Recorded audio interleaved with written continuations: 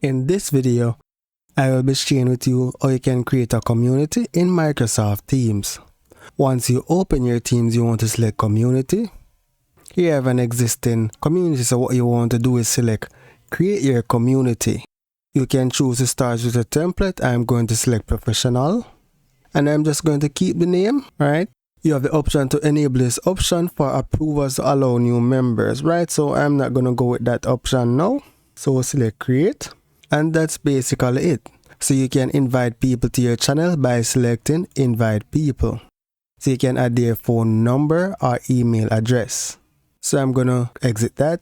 You can also use the invite button here to invite members. So you could select copy link to join, right?